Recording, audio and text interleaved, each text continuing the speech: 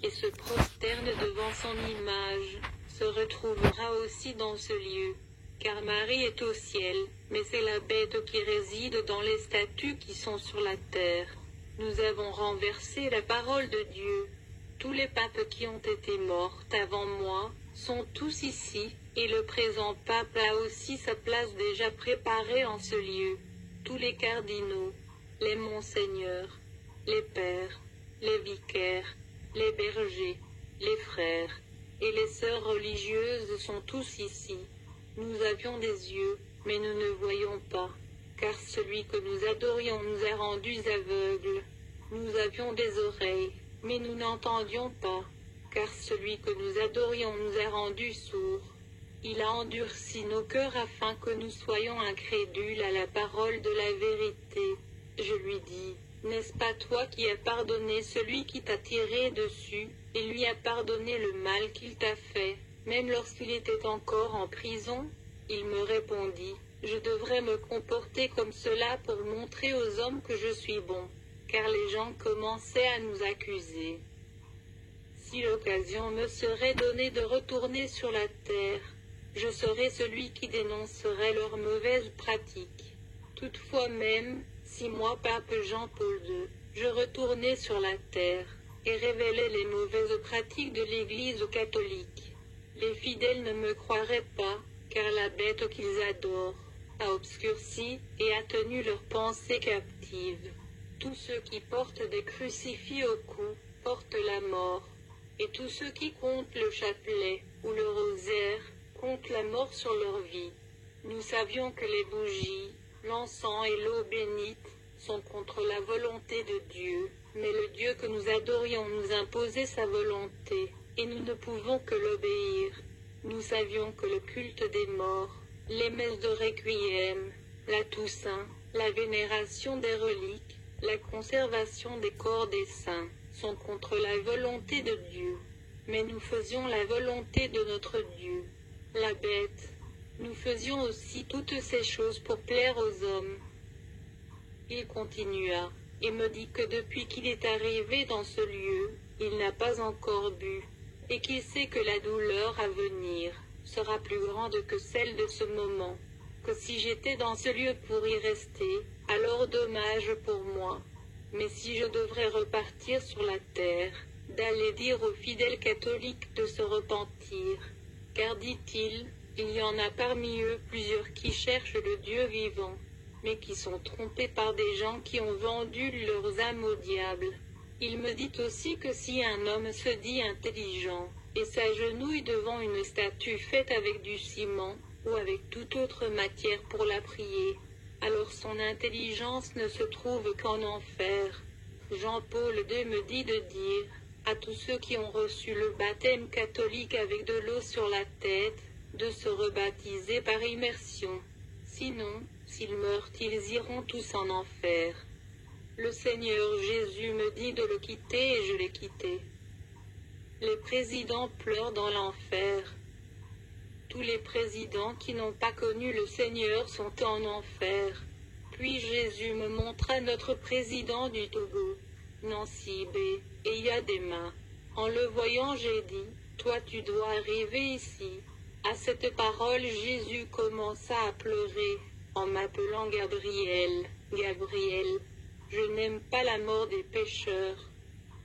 Jésus déclara qu'il a aimé Eyadema, que c'est lui qui l'a nommé président malgré qu'il n'est pas allé à l'école, pour que les gens sachent que je suis souverain, et que je fais ce que je veux, qu'il avait envoyé des pasteurs, des prophètes vers lui. Mais Eyadema a refusé de le croire. Eyadema a choisi Satan.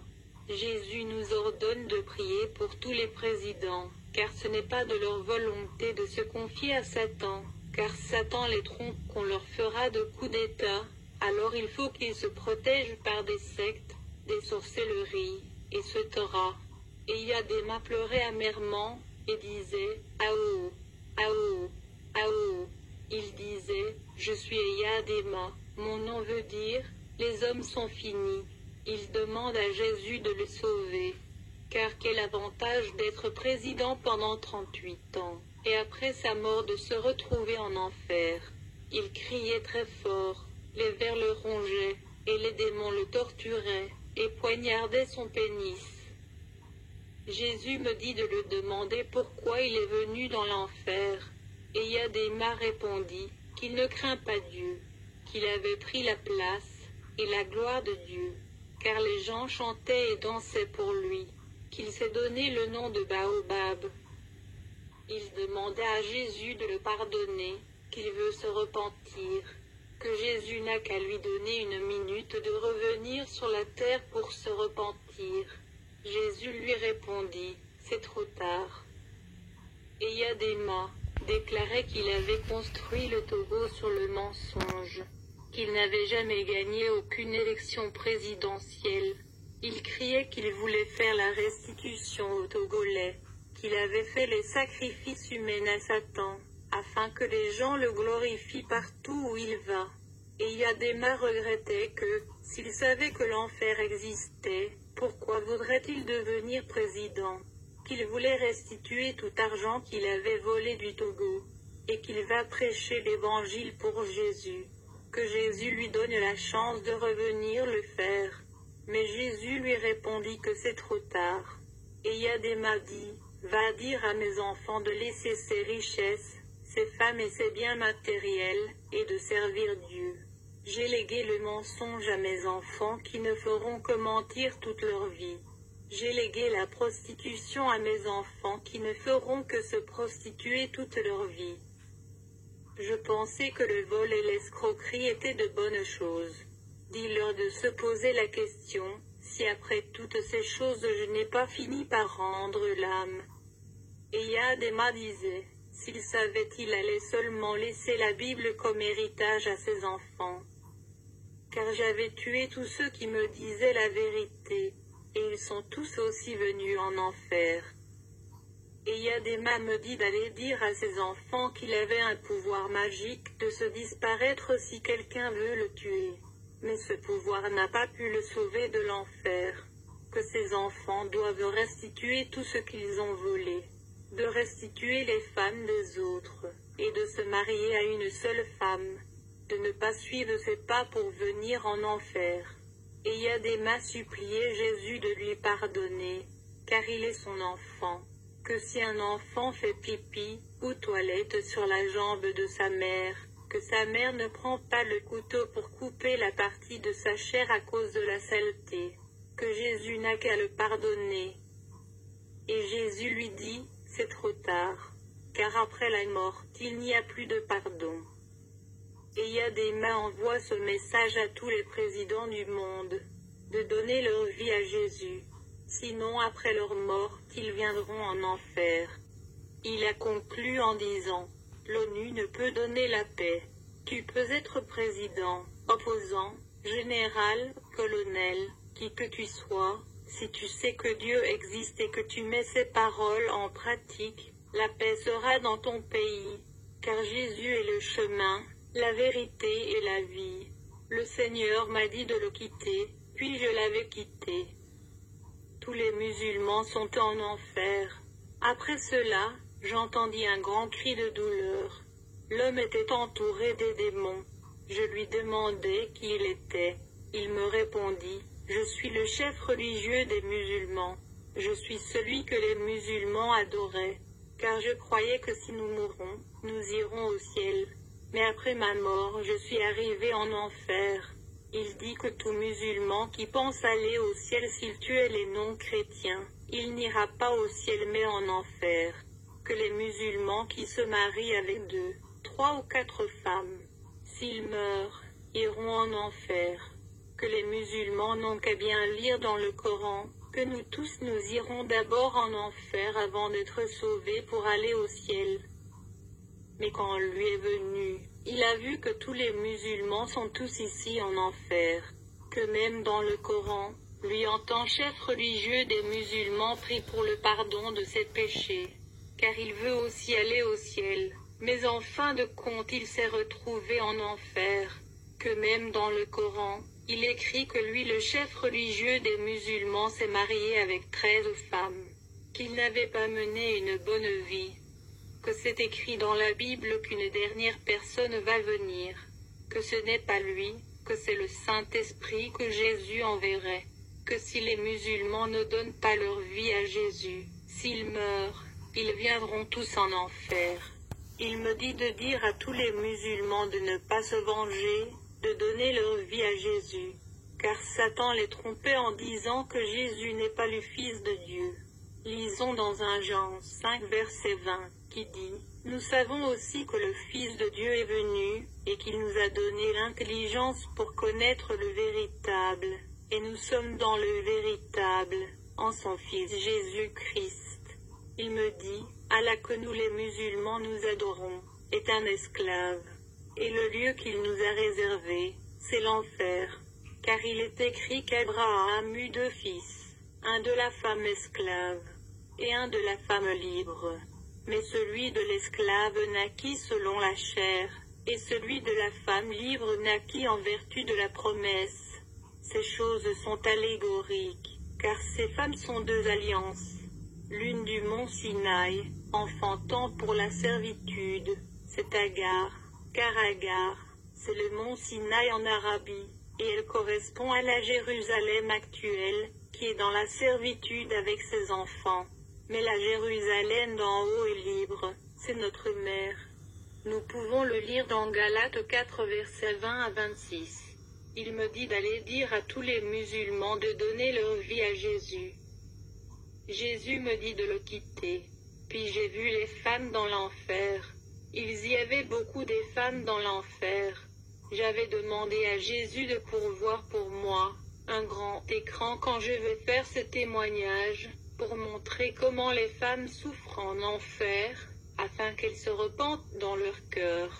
Puis Jésus me répondit, « C'est bien ta proposition, qu'il peut le faire, mais il ne veut pas le faire, parce qu'il faut que l'on ait la foi. Car, quand il avait dit à Noé qu'il va détruire la terre, il ne lui a pas montré comment le déluge allait se passer, qu'il avait ordonné les mesures à Noé. Et Noé avait exécuté par la foi. C'est pourquoi lui et sa maison avaient été sauvés. Alors Jésus me dit d'aller dire ce que j'ai vu. S'ils croient, ils seront sauvés. S'ils ne croient pas, ils iront en enfer. Car la foi vient de qu'on entend. Et ce qu'on entend vient de la parole de Dieu. La femme que j'avais vue gémissait dans la douleur.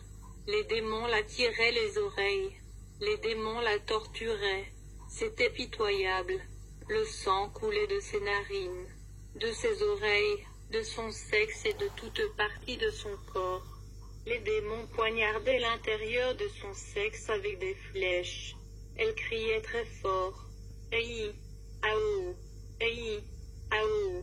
Puis, les démons se réjouissaient de ses douleurs, et ils coupaient ses seins, et la femme continuait de crier. Puis le Seigneur Jésus me dit de la demander pourquoi elle est venue ici.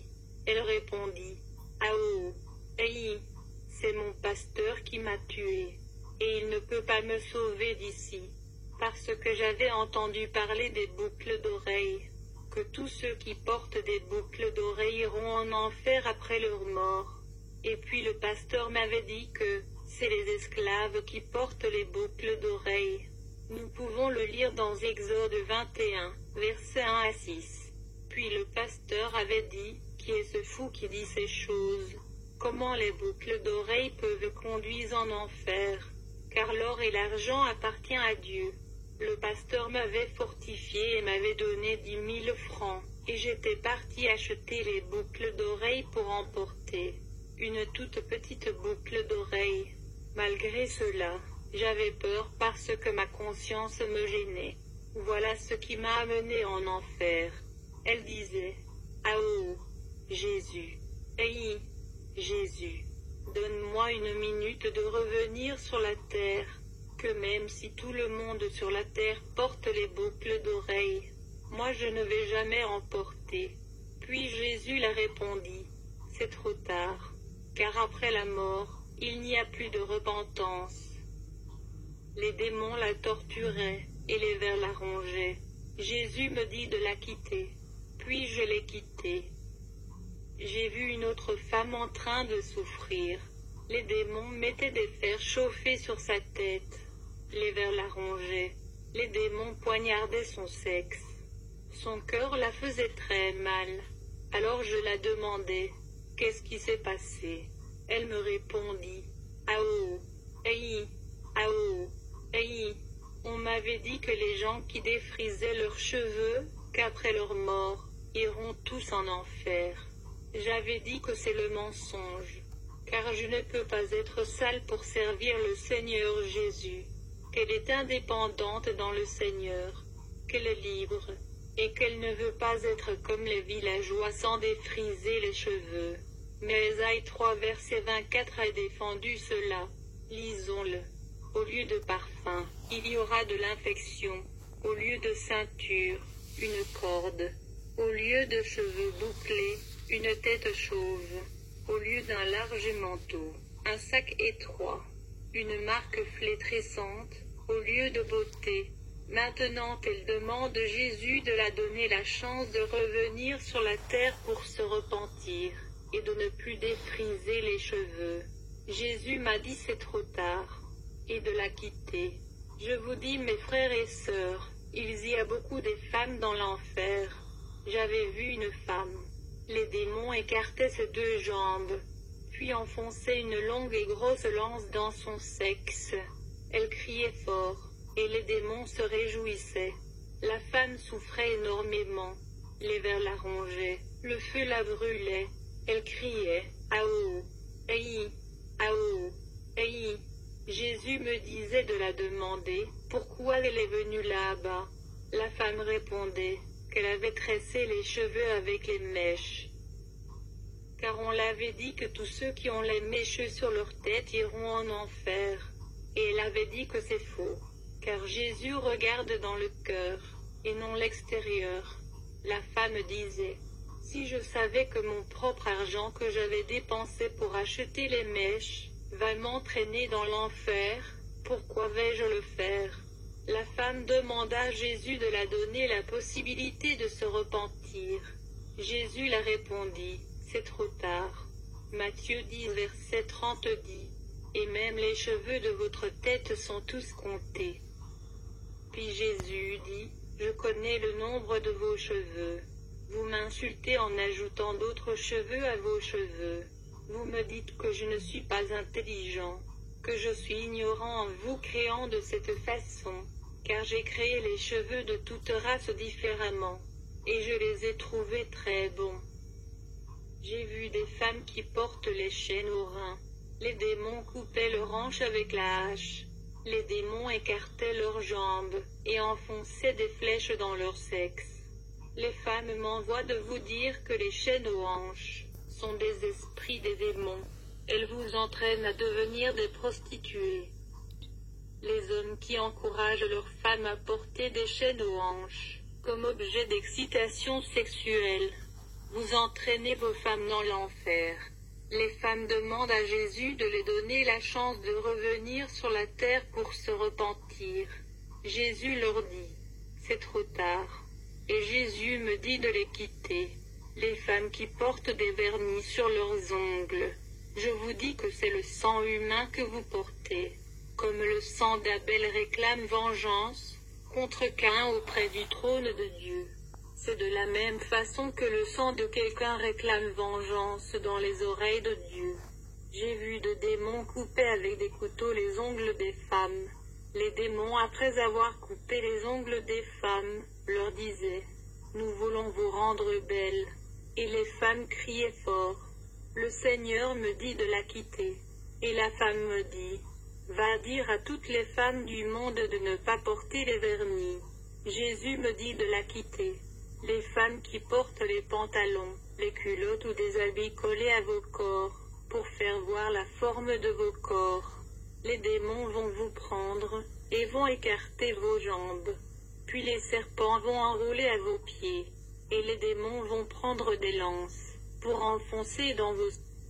Les démons disaient, c'est une abomination devant Dieu qu'une femme porte des pantalons, pour faire voir toute sa forme. Nous lisons dans Deutéronome 22 verset 5. Une femme ne portera point un habillement d'homme, et un homme ne mettra point des vêtements de femme, car quiconque fait ces choses est en abomination à l'Éternel, ton Dieu. La femme disait à Jésus, c'est le pasteur qui les avait encouragés de porter les pantalons, que maintenant elle décide de ne plus porter de pantalons. Elle demande à Jésus de la faire sortir de ce lieu, pour qu'elle aille convaincre toutes les femmes de ne pas porter de pantalons. Puis Jésus la répondit, c'est trop tard. Et Jésus me dit aussi de la quitter. J'avais vu une femme qui suçait le pénis son mari au cours de leur relation sexuelle, pour satisfaire son mari afin qu'il n'aille pas courtiser d'autres femmes, ou aller chez les prostituées, car c'est ce que son mari aime. Les démons ont pris les couteaux pour couper sa langue, et coupaient toutes les parties de son corps. La femme n'arrivait plus à parler car la douleur l'avait dépassée. Elle ne faisait que dire « Aou, aïe, aou, aïe », car elle insulte Dieu en suçant son mari. Cet acte montre qu'elle dit à Dieu qu'il aurait pu créer notre partie sexuelle au niveau de la bouche. La femme suppliait Jésus de lui permettre de revenir sur la terre. Elle promet que si son mari va la demander de le faire, qu'elle ne le ferait plus. Jésus la répondit, c'est trop tard, et me dit de la quitter. Les femmes qui au cours des rapports sexuels avec son mari, montent au-dessus, et l'homme au-dessous. Les démons posaient la lance, et obligeaient ces femmes de monter dessus, et de faire de cheval sur la lance. Elles ne pouvaient pas refuser. Les démons les liaient et les enfonçaient sur la lance. Je vous dis, mes frères et sœurs, si quelqu'un ou un pasteur vous conseille de faire ces actes abominables, il vous entraîne dans le péché. Peut-être lui peut se repentir plus tard. Mais si toi tu meurs sans se repentir, tu iras en enfer. Et tu vas regretter. Si un pasteur vous dit de satisfaire votre mari de cette façon, fuyez ce pasteur, car il ne connaît pas la sanctification. J'ai vu des femmes qui prennent les pilules, qui utilisent les contraceptives, ou qui prennent les injections pour ne pas avoir des enfants, ou le planning familial. C'est un acte de péché devant Dieu. Si vous mourrez, vous irez directement en enfer. Lisons l'histoire de Nan dans Genèse 38, versets 9 à 10, pour mieux comprendre. Ces femmes demandent à Jésus de les accorder la chance de revenir sur la terre pour se repentir. Le Seigneur me dit de les quitter. Mes frères et sœurs, il y a beaucoup de femmes dans l'enfer. J'ai vu une jeune fille et un jeune homme qui étaient collés, poignardés par la lance. Ils n'arrivaient pas à se détacher. La jeune fille disait qu'elle ne connaissait pas le jeune homme. Le jeune homme aussi disait qu'il ne connaissait pas la jeune fille. Mais qu'est-ce qui s'est passé? Puis Jésus répondit que la jeune fille avait mis les cheveux artificiels et avait porté l'habit qui avait dessiné sa forme, et tout son corps se voyait. Puis le jeune homme l'avait vue et l'avait admirée dans son cœur, et voulant faire l'amour avec elle. Nous pouvons le lire dans Matthieu 5 versets 27 à 28 qui dit, « Vous avez appris qu'il a été dit, tu ne commettras point d'adultère. Mais moi, je vous dis que quiconque regarde une femme pour la convoiter a déjà commis un adultère avec elle dans son cœur. » La fille m'envoie de dire à toutes les filles de bien habiller, d'une façon modeste et décente pour ne pas se faire convoiter par les hommes. Les démons enfonçaient des lances dans son anus, dans son sexe. Jésus l'a dit, c'est trop tard, et de la quitter. J'avais vu beaucoup de femmes mariées en enfer. Ces femmes étaient mariées mais sans que leurs maris n'ont payé leur dot. Elles vivent avec leur mari et donnaient des enfants. Elles sont beaucoup dans l'enfer. Les démons les maltraitaient et enfonçaient des lances dans leur sexe.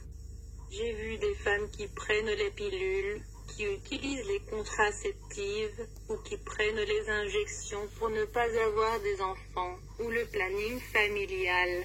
C'est un acte de péché devant Dieu. Si vous mourrez, vous irez directement en enfer.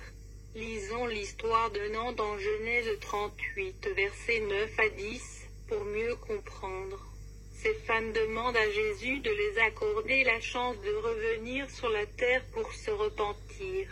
Le Seigneur me dit de les quitter. Mes frères et sœurs, il y a beaucoup des femmes dans l'enfer.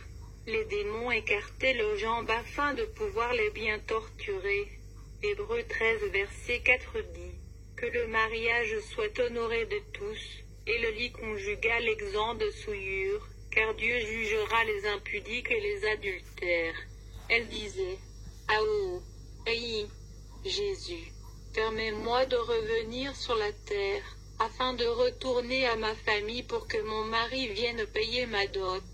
Jésus lui répondit, c'est trop tard. Je vous dis, tout ce que j'avais vu me faisait peur, car l'enfer était un monde vaste, et quand vous verrez l'enfer, vous aurez peur de Dieu. Les homosexuels sont en enfer. J'ai vu des hommes qui se couchaient entre eux. Les homosexuels. Les démons écartaient leurs jambes, et enfonçaient dans leurs anus les flèches pour les punir. Ils enfonçaient les flèches dans leur anus pour en sortir dans leur tête. Les démons enfonçaient aussi les flèches dans leur pénis. Ils épluchaient leur peau, qui se régénérait ensuite. Ces homos me disaient qu'ils ont été trompés, que l'homophilie leur permettrait d'être riches avec leurs compagnons. Ils criaient fort en disant, « Je suis prêt à revenir sur la terre pour dire à tous les homos de cesser ces choses abominables. » Le Seigneur Jésus leur dit, « C'est trop tard. Je vous dis mes frères, même les bêtes ne font pas ces choses abominables. » Les femmes lesbiennes sont en enfer. J'avais vu des femmes qui se léchaient entre elles, soi-disant qu'elles sont des lesbiennes. Les démons les maltraitaient, et leur coupaient la langue. Les démons enfonçaient des flèches dans leur sexe.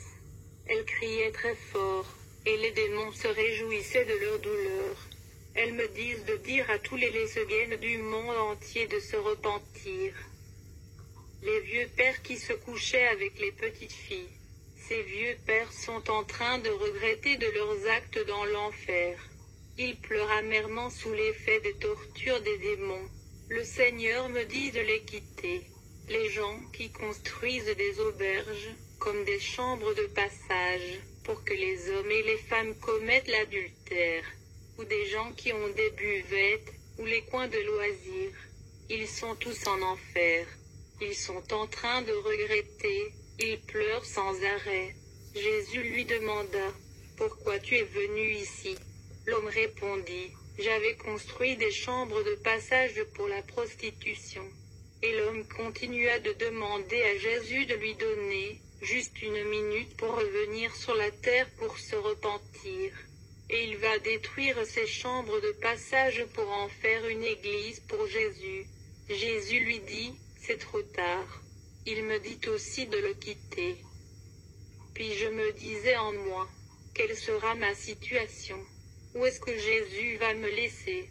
Car j'avais mené aussi cette vie abominable.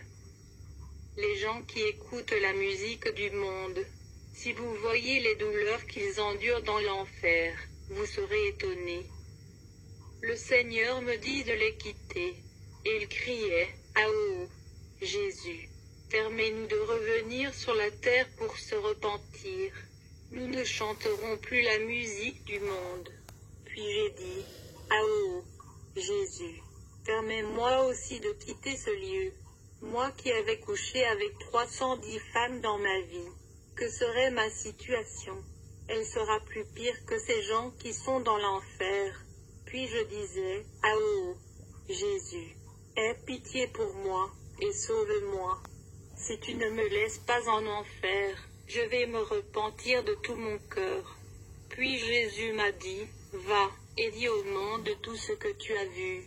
Va dire à tous ceux qui utilisent des parfums pour bien se sentir, que c'est de l'acide qu'on mettra sur eux en enfer. Et ils seront tous dépérir. J'ai vu un pasteur en enfer à cause du parfum. Lisons Ésaïe 3 verset 24. Au lieu de parfum, il y aura de l'infection. Au lieu de ceinture, une corde. Au lieu de cheveux bouclés, une tête chauve. Au lieu d'un large manteau, un sac étroit. Une marque flétrissante. Au lieu de beauté, les bagues de mariage entraînent dans l'enfer. J'ai vu un pasteur aussi en enfer à cause de la bague de mariage, car il avait entendu le témoignage que la bague de mariage ne vient pas de Dieu, que les gens qui portent les bagues de mariage iront en enfer. Et il a dit que c'est faux, car c'est la bague qui témoigne que nous sommes mariés. Et quand il est mort, il est maintenant en enfer. Jésus lui avait demandé de le montrer dans la Bible depuis le livre de Genèse jusqu'Apocalypse. Où est-ce que c'est écrit de porter la bague pour attester le mariage? Quand Dieu avait marié Adam et Ève, a-t-il mis la bague à leurs doigts pour confirmer leur mariage? Je sentais une grande douleur dans mon cœur, et je disais en moi, ah oh, si Jésus pouvait me faire sortir d'ici, car je ne pouvais plus supporter tout ce que je voyais. Où serait ma place car j'avais commis trop de péchés plus que ces hommes qui sont en enfer. Que Jésus ne me laisse pas en enfer. Et je jurais dans mon cœur que si Jésus me faisait sortir d'ici, je vais vraiment me repentir. Mais est-ce qu'il y a la repentance après la mort? Ma situation est différente. Car Jésus a dit, je fais miséricorde à qui je veux. C'est pourquoi je suis encore vivant ici. Parce que les gens qui sont en enfer vaut mieux que moi. Donc pour toi aujourd'hui, tu ne sais pas si Dieu te fera miséricorde. C'est la grâce pour toi d'écouter ce message, afin de faire le choix pour éviter l'enfer. L'enfer est réel. Peut-être tu dis que c'est des histoires que je raconte. Je te conseille de croire. Car tu n'as rien à perdre après ta mort si l'enfer n'existait pas. Mais si l'enfer existait réellement comme je l'ai vu, tu vas regretter infiniment, parce que j'ai vu l'enfer de mes propres yeux. Le voyage vers le royaume céleste. Après avoir vu toutes ces choses, le Seigneur Jésus me dit, partons d'ici. Puis nous étions partis pour arriver devant la porte du royaume des cieux. Arrivé à l'entrée, je ressentais une si grande paix. Il était écrit sur la porte de l'entrée. Soyons bienvenus dans le royaume de Dieu. C'est écrit avec des ornements précieux. C'était très beau. Quand nous étions rentrés, les anges m'ont changé mes habits. J'avais immédiatement oublié que j'étais allé en enfer. Toute la crainte qui était en moi avait disparu. J'étais rempli d'une grande paix. L'odeur de la ville était inexplicable et enviable. Le Fils de Dieu était sur le trône. Lui seul resplendissait la gloire dans tout le pays. Il ne fait ni nuit, ni jour dans le pays. J'avais vu les 24 vieillards autour du trône qui adoraient Dieu en chantant. Gloire, Amen, sagesse, puissance. Gloire à toi des siècles des siècles. Ils chantaient des actions d'adoration. Ils chantaient Alléluia. Hosanna, Alléluia. Hosanna. À toi l'honneur et le respect. Nous pouvons le lire dans le livre d'Apocalypse 7 verset 11, qui dit, « Et tous les anges se tenaient autour du trône et des vieillards et des 4 êtres vivants, et ils se prosternèrent sur leurs faces devant le trône, et ils adorèrent Dieu. Tout le monde était content dans le pays. Puis je vis un grand nombre de personnes avec des feuilles de palme dans la main. Eux aussi chantaient en adorant Dieu, en disant, « Gloire à l'agneau, l'honneur à l'agneau », en continuité. Puis je demandais, « Qui sont ces gens-là » Et les anges me répondaient, « Ce sont les gens qui ont racheté leur vie par leur propre sang. Ils n'ont pas voulu recevoir le nombre 666 après l'enlèvement. Ils ont passé par la grande tribulation. Ils n'ont pas mangé, ni bu pendant 7 ans. Ils étaient très nombreux en adorant Dieu. Le pays était très beau. Les routes étaient bien faites. Les maisons étaient en or précieux. Tout le pays était lumineux. Toutes les fleurs chantaient Alléluia. Hosanna, gloire, louange à l'agneau. Puis je m'étais approché aux fleurs, et je disais en moi, je veux seulement rester ici pour chanter comme les fleurs. Alléluia, Hosanna, gloire, louange à Jésus. Puis Jésus m'a touché, et m'a dit, il est l'heure que tu reviennes sur la terre, pour dire tout ce que tu as vu, et tout ce que tu as entendu à tout le monde. De ne rien ajouter, et de ne rien retrancher. De n'avoir peur de personne, qu'il est avec moi. Puis j'ai répondu à Seigneur Jésus, je sais que ce que tu viens de dire est bien et j'aime ça. Mais moi, je ne veux plus revenir sur la terre, jamais de ma vie. Moi qui suis ici, je ne retournerai plus jamais sur la terre, car les gens à cause d'un petit acte, sont en enfer. Et tu me dis de retourner sur la terre. Non, je ne veux plus retourner. Puis je commençais à pleurer. Puis Jésus me disait, tu es mon apôtre. Va dans le monde et dis ce que tu as vu et entendu au monde. Et je répondis à Jésus en disant, Papa Jésus, s'il te plaît, je ne veux pas avoir ce nom apôtre. Efface ce nom apôtre de moi. Car beaucoup ont ces grands titres mais ils sont tous en enfer. Les pasteurs sont en enfer avec leurs grands titres. Jésus, je m'excuse, je ne veux pas avoir ce titre. Puis Jésus continua en me disant, tu es mon apôtre, va et dire au monde. Apôtre veut dire, l'envoyer. Va propager la bonne nouvelle à toutes les nations, et dis-leur que mon retour est proche. Puis Jésus me montra une grande et longue table infinie, avec des différentes sortes de fruits, des serviettes et de tout ce qu'il faut pour recevoir une visite.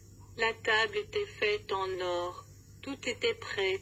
Puis je disais, je veux rester ici pour commencer à manger avant que les invités ne viennent. Le Seigneur me disait, non. Retourne sur la terre pour annoncer la bonne nouvelle. Je lui ai répondu, que même si je ne vais pas manger de la nourriture, je préfère rester ici auprès des fleurs que de rester dans l'enfer. Le Seigneur me disait de revenir dire ce que j'avais vu et entendu, car celui qui croira et obéira sera sauvé. Puis j'avais catégoriquement refusé. Je ne voudrais pas revenir. Puis Jésus m'avait dit, ok, comme tu as refusé, il y a maintenant ceci, soit tu retournes à la terre, ou soit tu vas immédiatement à l'enfer. Puis je répondis à Jésus, s'il en est le cas, je préfère revenir sur la terre. Mais si je revenais sur la terre, vas-tu m'aider à revenir ici au ciel? Puis Jésus me répondit, oui, je vais t'aider, je vais te donner la grâce telle que je l'avais fait, et tu n'es pas allé en enfer. Va propager la bonne nouvelle. Et partout où tu seras, dis aux gens que je suis là-bas, et je serai avec toi à tout moment, et jusqu'à la fin du monde. Je ne te laisserai jamais comme un orphelin. Je serai avec toi pour t'enseigner, et te rappeler si tu as oublié quelques paroles. Puis je lui ai répondu, Papa Jésus, comme c'est toi-même qui m'as promis, je sais que tu n'es pas un homme pour mentir. Donc accorde-moi la grâce de revenir ici au ciel. Et Jésus me disait, je ferai grâce pour que tu reviennes. Puis les anges m'ont ramené sur la terre. À mon retour, je me voyais couché sur mon lit. Ma bouche était toute ouverte comme un mort. Puis les anges ont mis mon âme dans mon corps. Mais je m'opposais à eux, car je ne voulais pas rentrer dans mon corps, parce que je voulais les suivre, car mon âme était très sale. Mais pourtant, ils ont mis mon âme dans mon corps, en me disant d'aller dans l'église catholique là où j'allais, pour leur dire ce que j'avais vu, et entendu. Mais quand j'étais parti, ils m'ont dit que c'est le démon qui m'utilise, que c'est